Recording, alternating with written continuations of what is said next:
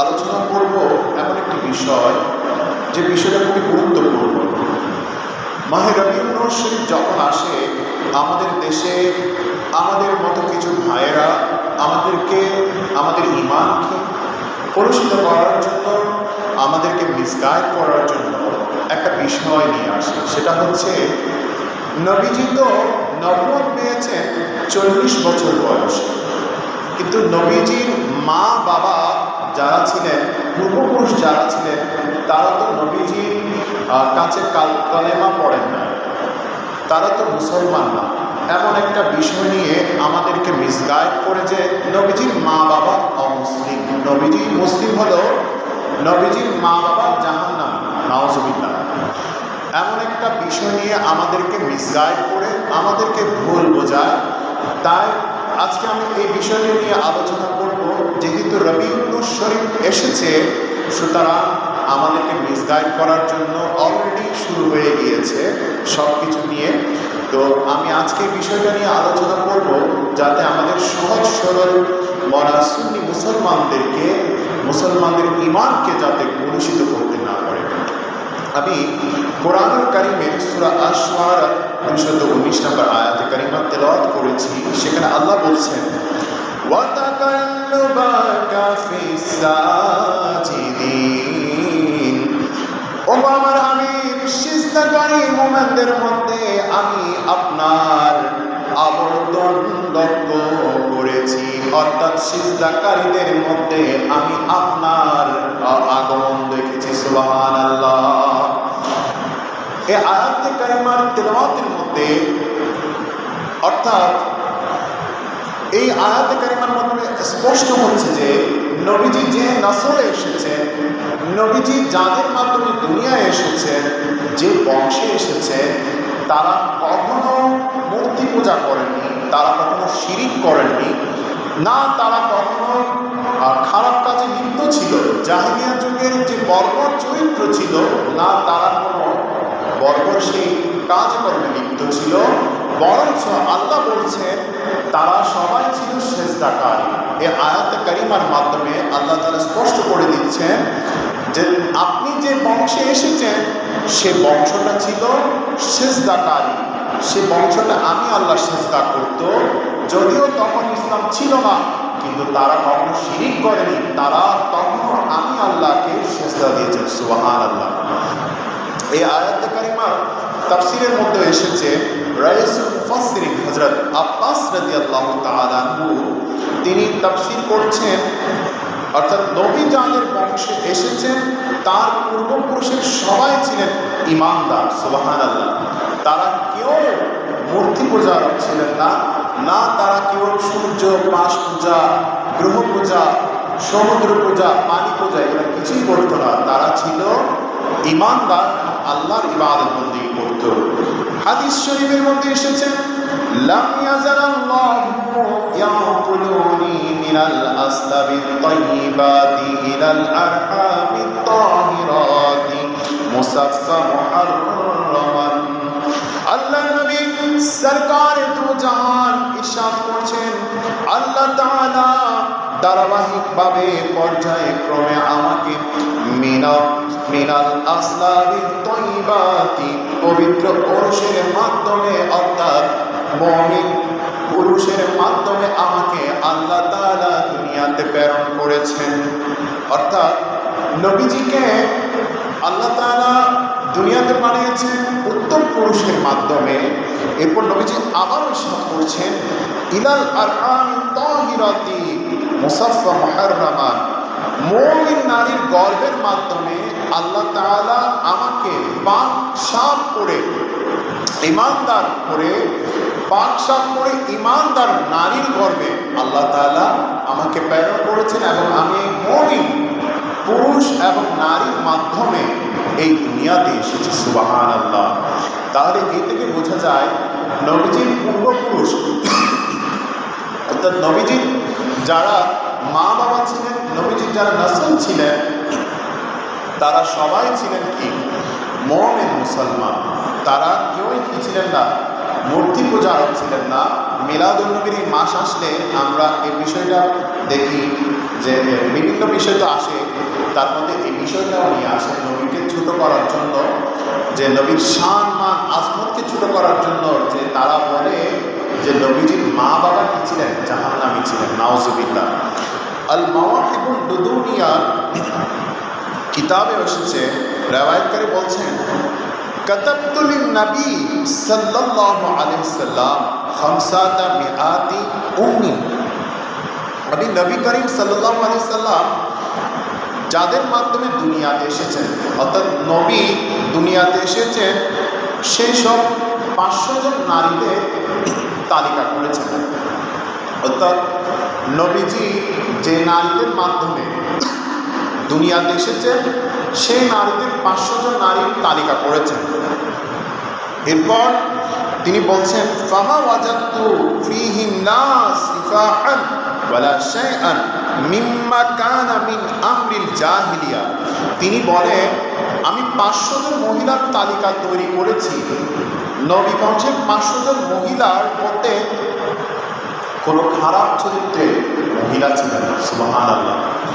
অর্থাৎ সেই সময় তো জাহিলিয়া যুগ ছিল, খারাপ কাজ বেশি করত, কিন্তু নবী বংশ অর্থাৎ নবীর মায়ের মা যিনি ছিলেন, এরপর ওনার যিনি ছিলেন, এরকম 500 জন মহিলা ছিল যাদের কেউই কোনো খারাপ কাজের মধ্যে লিপ্ত ছিলেন না, তারা কেউ দুশ্চরিত্রবান ছিলেন না। সেই সময় জাহিলিয়া যুগের যে নির্লজ্জতা, বেহায়াশরম বাদ দিয়ে যে খারাপ কাজগুলো করত, সেরকম খারাপ কাজেও লিপ্ত ছিলেন না। সুবহানাল্লাহ। তাহলে নবীজি পবিত্র ঈমানদার মহিলাদের রেহেম থেকে এসেছেন। অর্থাৎ নবীজি যাদের গর্ভ থেকে দুনিয়াতে এসেছেন, তারা ছিলেন পবিত্র মহিলা, তারা ছিলেন পবিত্র রেহেমের মাধ্যমে তিনি দুনিয়াতে এসেছেন। নবীজির মা বাবা যখন ছিলেন তখন যদিও বা ইসলাম ছিলেন না। অনেকে এটা বলেন যে আচ্ছা ঠিক আছে হুজুর, আপনি বলছেন নবীজির মা বাবা কিনা যখন মুমিন মুসলমান, ঠিক আছে মানলাম, কিন্তু নবীজির মা বাবা যখন জীবিত ছিলেন তখন ইসলাম ছিল না, তখন কিভাবে তারা মুসলমান হলেন? এটা একটা জবাব রয়েছে ফতোয়া ইসলামের মধ্যে, হাদিস খানা নোট করেছেন। عن عائشة رضي الله تعالى عنه হযরত আয়েশা রাদিয়াল্লাহু তাআলা আনহু বর্ণনা করেন, আল্লাহু ক্বালা, তিনি বলেন, ইন্নাল্লাহা আহইয়া আবওয়াইহি ইকরামান লাহু সাল্লাল্লাহু আলাইহি ওয়াসাল্লাম। নবীজির সম্মানে আমার আল্লাহ তাআলা নবীজির মা বাবাকে জীবিত করলেন।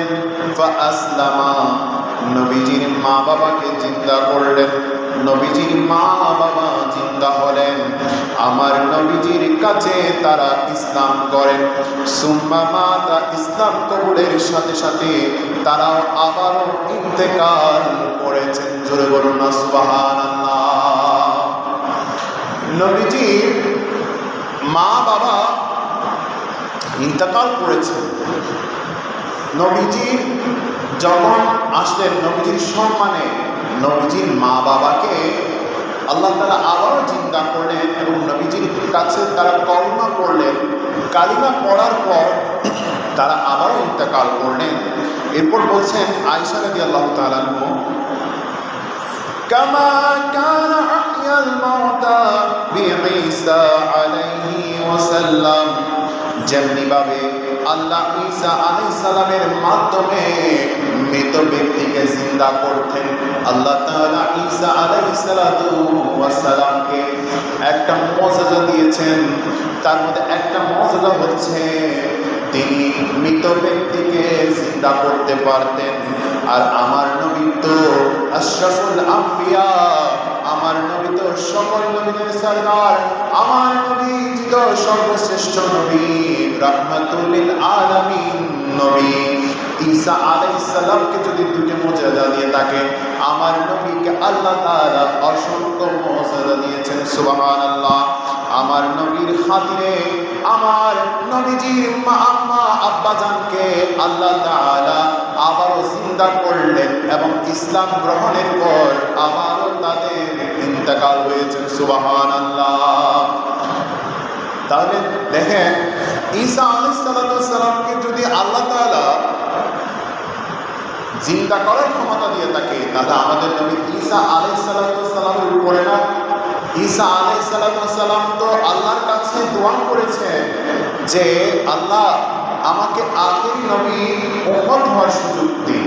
তাই আল্লাহ তাআলা ওনাকে আখেরি নবী উম্মত হওয়ার সুযোগ দিয়েছেন। তিনি কিয়ামতের আগে আমাদের কাছে আসবেন। লম্বা আলোচনা, যদিও ওদিকে যাচ্ছি না আমি। তো আমার নবী তো ওনার চির সেরা, আমার নবী সকল নবীর সেরা।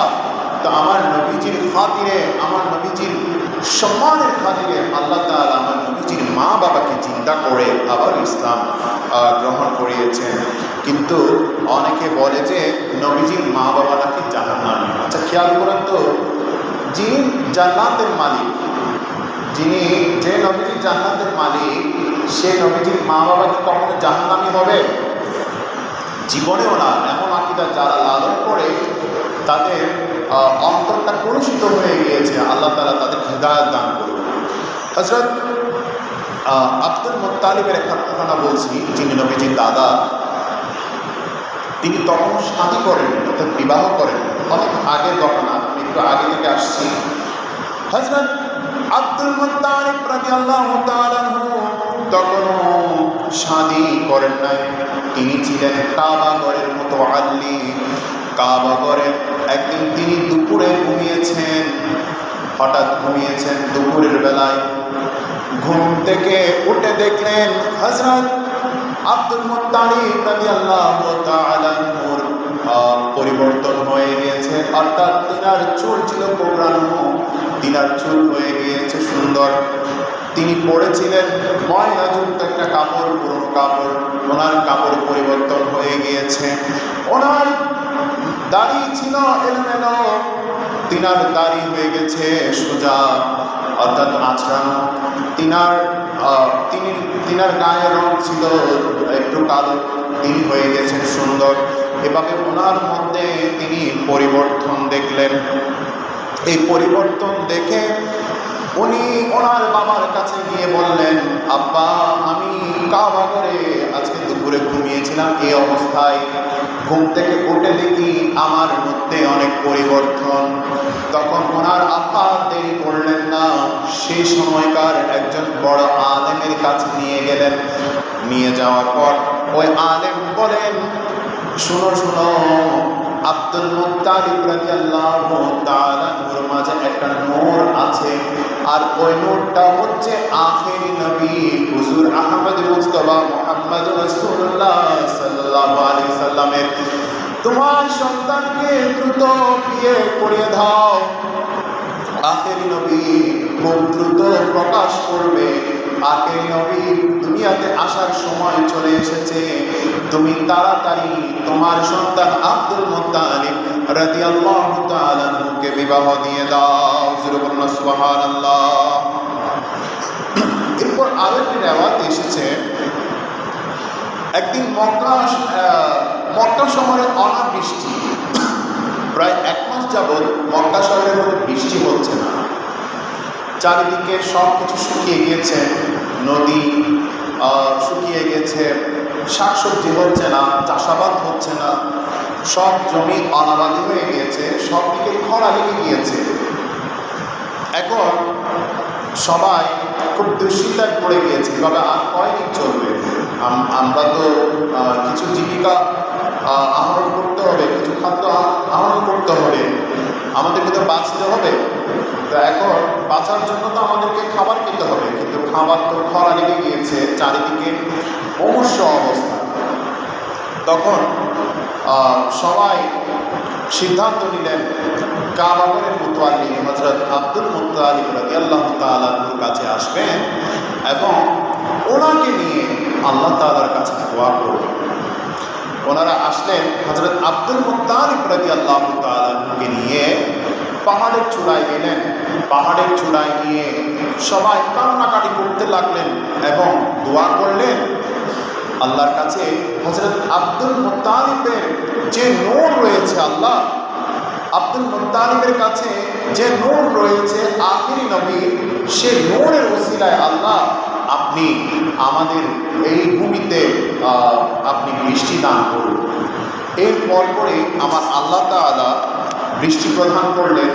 কিন্তু হযরত আব্দুল মুত্তালিব অবাক হয়ে গেলেন যে আমার মধ্যে যে নূর রয়েছে এই নূর তো যেমন তেমন নূর নয়। যে নূরের ওসিলায় দোয়া করেছেন এখনো সেই নূরটা দুনিয়াতে আসে নাই, অথচ এখনো নবীজির দুনিয়াতে আসেও নাই। নবীজির ওসিলায় যখন দোয়া করেছে আল্লাহ তাআলা বৃষ্টি দান করেছেন। সুবহানাল্লাহ। তাই সেই নবীজির আগমনে আমরা খুশিতে ঈদ উদযাপন করে থাকি। ঈদ মিলাদুন নবী সাল্লাল্লাহু আলাইহি ওয়াসাল্লাম উদযাপন করে থাকি। যে নবী দুনিয়াতে আসে নাই সেই নবীর ওসিলায় দোয়া করার কারণে যদি বৃষ্টি চলে আসে, যে নবী দুনিয়াতে আসে নাই সেই নবীর ওসিলায় দোয়া করা হযরত আদম আলাইহিস সালাতু ওয়াস সালামের যদি আল্লাহ তাআলা দোয়া কবুল করে থাকে, সেই নবীজির আগমনে আমরা কি খুশি নাকি বেজার? আমরা সবাই খুশি। সবাইকে মহব্বতের আওয়াজে বলুন না, খুশি কিনা বেজার? তো সেই নবীজির আগমনে আল্লাহ তাআলার সকল সৃষ্টি খুশি হয়েছেন। শুধু সেদিন একমাত্র একজনেই নারাজ ছিলেন, একজনের বেজার ছিলেন। তিনি কে? মিস্টার ইবলিস শয়তান। সে একমাত্র সেই কি নারাজ ছিলেন, বেজার ছিলেন, আর সবাই খুশি ছিলেন। ইবলিস শয়তান 4টা দিন কান্না করেছিলেন। একদিন কান্না করেছিলেন আল্লাহ তাআলা যিনি ওনাকে ফেরেশতাদের সর্দার থেকে বের করে দিয়েছিলেন বিয়াদবির কারণে। আরেকদিন কান্না করেছিলেন জান্নাত থেকে যখন ইবলিস শয়তানকে বের করে দেওয়া হয়েছে। আরেকটা দিন কান্না করেছিলেন যেদিন আল্লাহ নবী দু জাহান সরকার মুস্তাফা সাল্লাল্লাহু আলাইহি সাল্লাম দুনিয়াতে তশরিফ এনেছেন, সেদিন সে কান্না করেছিলেন। আরেকটা দিন আমি বলছি না এই মুহূর্তে। তো নবীর নূর মুবারক আব্দুল মুত্তালিব থেকে হযরত আব্দুল্লাহ নবীজির আব্বাজানের কাছে চলে আসছেন। তখন আব্দুল্লাহর বয়স ছিলেন, হযরত আব্দুল্লাহর বয়স ছিলেন 24 বছর। তো এর পূর্বে আর একটা আলোচনা রয়েছে। হযরত আব্দুল মুত্তালিবকে স্বপ্ন দেখালেন তয়বা ভ্রমণ করতে। হযরত আব্দুল মুত্তালিবকে স্বপ্নে দেখানো হয়েছে একটা তয়বা খনন করতে, আর এই তয়বাটা হচ্ছে কূপ খনন করতে বলা হয়েছে, একটা কূপকে সংস্কার করতে বলা হয়েছে। অর্থাৎ যে কূপটা দেখা যাচ্ছে না জমজম কূপ, এই কূপটা দেখা যাচ্ছে না, এটা মিশিয়ে গিয়েছে। তো ওনাকে স্বপ্নের মধ্যে অতিশয় একজন বলছেন এই জমজম কূপকে আপনি একটু সংস্কার করুন। তো তিনি সংস্কার করার জন্য আল্লাহ তাআলার কাছে মানত করেছেন। হযরত আব্দুল মুত্তালিব রাদিয়াল্লাহু তাআলা মানত করলেন যে এই কূপ যাতে সংস্কার হয়ে যায়। ওনার 10 জন সন্তান ছিলেন, 10 জন সন্তানকে ডাকলেন, বলেন আমি তোমাদেরকে ডেকেছি সন্তানরা শুনো, আমি তোমাদের একজনকে আল্লাহর রাস্তায় কুরবানি দেওয়ার জন্য মানত করেছি যাতে এই জায়গায় জমজম কূপের পানি আসে। এরপর হযরত আব্দুল মুত্তালিব রাদিয়াল্লাহু তাআলা কথা বলার পর ওনার 10 জন সন্তানই রাজি হয়ে গিয়েছেন এবং বললেন আব্বা আমি রাজি, আমি এই আল্লাহর রাস্তায় কোরবানি হব। এভাবে করে ওনার 10 সন্তান রাজি হয়ে গিয়েছেন। কিন্তু এই অবস্থা যখন হয়ে গেল তখন হযরত আব্দুল মুত্তালিব রাদিয়াল্লাহু তাআলা লটারি দিলেন।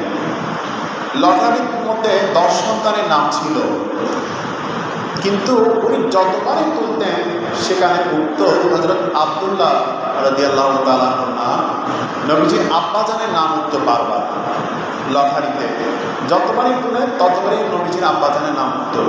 তখন বললেন কি আর করার, হযরত আব্দুল্লাহকেই হয়তো কোরবানি দিতে হবে আল্লাহর রাস্তায়। কিন্তু ওনার বড় ভাই বলছে, না আব্বা, আব্দুল্লাহ তো আপনার অনেক আদরের সন্তান, ওনাকে কোরবানি দিতে পারবেন না, ওনাকে কোরবানি দেন না, ওনার বদলে আমাকে কোরবানি দেন। মেজো ভাই বলছে, না আব্দুল্লাহকে আপনি কোরবানি দেন না, আমাকে দেন। এভাবে করে প্রত্যেকটা ভাই বলছে যে আব্দুল্লাহকে নয়, আমাকে কোরবানি দেন। তখন তিনি এই অবস্থায় যখন পড়ে গেলেন, একজন আলেমের কাছে গেলেন। সেই সময়কার যাওয়ার পর বলছেন, আমার তো এরকম এরকম একটা সমস্যা হয়েছে, এখন আমি কি করতে পারব? তখন তিনি সমাধান দিলেন যে আপনি 10টা কাগজ লিখবেন, 10টা কাগজের সাথে 10টা আরও কাগজ লিখবেন যে উট কোরবানি দিবেন। যতবারই আপনার আব্দুল্লাহর নাম উঠবে ততবারই আপনি 5টা করে উট কোরবানি দিবেন, এভাবে লিখবেন। তখন তিনি লটারি দিলেন, লটারিতে 5টা উট লিখলেন, কিন্তু আবারও সেইটিকে আব্দুল্লাহর নামে উঠল। তখন তিনি এবারও করে আরও 5টা উট বাড়ালেন, 10টা উট কোরবানি দিবেন। আবারও লটারিতে হাত দিলেন, দেখলেন আব্দুল্লাহর নাম উঠলেন। এভাবে দিতে দিতে 100টা উট যখন হলো, তখন এই লটারিতে আব্দুল্লাহর নাম উঠে নাই, তখন লটারিতে উঠছে 100টা উট কোরবানি দেওয়া হবে। তখন আব্দুল মুত্তালিব রাদিয়াল্লাহু তাআলা 100টা উট কোরবানি দিলেন। তখন যদিও বা উটের অনেক মূল্য ছিল, কিন্তু সন্তানের মায়ায় তিনি 100টা উট কোরবানি দিলেন। 100টা উট কোরবানি দেওয়ার পর হযরত আব্দুল্লাহ রাদিয়াল্লাহু তাআলা যখন বাড়ির দিকে রওনা হলেন, ওনার জন্য, ওনার নূরের জন্য সব মহিলারা, তখনকার যুগের সব মহিলারা পাগল ছিলেন। তখন সেখানে একটা মহিলা ওনাকে বিয়ের প্রস্তাব দিলেন। ওনার নাম ছিল দাইরিকা সম্ভবত। এরপর উনি বললেন যে আব্দুল্লাহ, তুমি তো তোমার নামে 100টা উট মানত করেছে, জমে করে আসছো, তুমি যদি আমাকে বিবাহ করো আমি তোমাকে 100টা উট উপহার দিব। তখন তিনি এই ঘটনা নিয়ে ওনার আব্বাকে বললেন, হযরত আব্দুল মুত্তালিবকে। তিনি আর দেরি করলেন না, সেদিনেই হযরত মা আমেনা রাদিয়াল্লাহু তাআলার সাথে নবীজির আব্বাজানকে বিবাহ দিলেন এবং এভাবে করে ওনাদের সংসার শুরু হলো। তারপর সেই নোটটা যখন মা আমেনার রেহেমে চলে আসে, হযরত আব্দুল্লাহ থেকে যে নোট ছিল, নবীজির যে নোট ছিল, সেই নোটটা যখন মা আমেনার রেহেমে চলে আসলো, তখন থেকে হযরত আব্দুল্লাহর দিকে কোনো মহিলা তাকাতো না, কোনো মানুষই আকর্ষণীয়ভাবে তাকাতো না। তখন হযরত আব্দুল্লাহ বললেন, কি ব্যাপার, আগে আমি রাস্তা দিয়ে হেঁটে গেলে তোমরা সব আমার দিকে তাকাতা, আমাকে বিয়ে করার জন্য পাগল হয়ে যেতা, এখন কি হলো যে আমাকে তোমরা দেখো না? তখন বললেন, আব্দুল্লাহ, তোমার কাছে আখির জামানার নবীর নূর ছিল, সেজন্য আমরা আখির নবীর মা হওয়ার জন্য তোমাকে বিবাহ করার জন্য পাগল ছিলাম। এখন সেই নূর তোমার কাছে নেই, সেজন্য আর তোমাকে দেখলেও আমাদের ওই আকর্ষণ, ওই ইচ্ছা আর জাগে না, কারণ ওই নূরটা তো হযরত মা আমেনার রেহেমে চলে গিয়েছে। সুবহানাল্লাহ। তো এরপর নবীজির আম্মাজান যখন গর্ভধারিণী হলেন, সম্ভবত যখন মহিলারা গর্ভধারিণী হয় তখন ওনারা বেশি অসুস্থ হয়ে যায়, ওনাদের শরীর ভারী হয়ে যায়। কিন্তু আমার নবী রহমতুল্লিল আলামিন নবীজির মায়ের রেহেমে যখন আসলেন, তখন উনি তেমনটা নিজেকে অন্যান্য মহিলার মতো, অন্যান্য গর্ভধারিণী মহিলার মতো নিজের শরীরকে ভারী মনে করেন নাই, নিজেকে অসুস্থ বোধ করতে দেখেননি, তিনি স্বাভাবিক মহিলার মতো ছিলেন।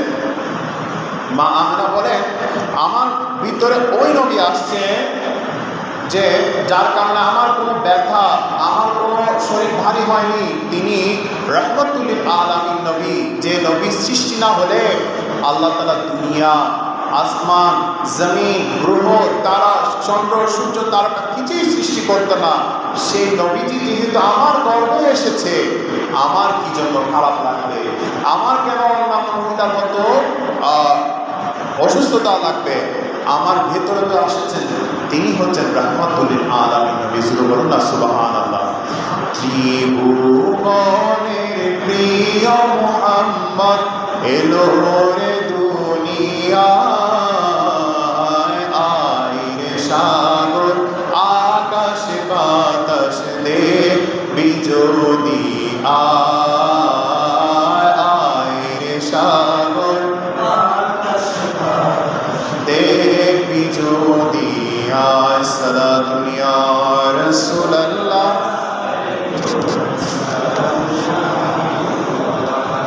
আল্লাহর নবীজি এসে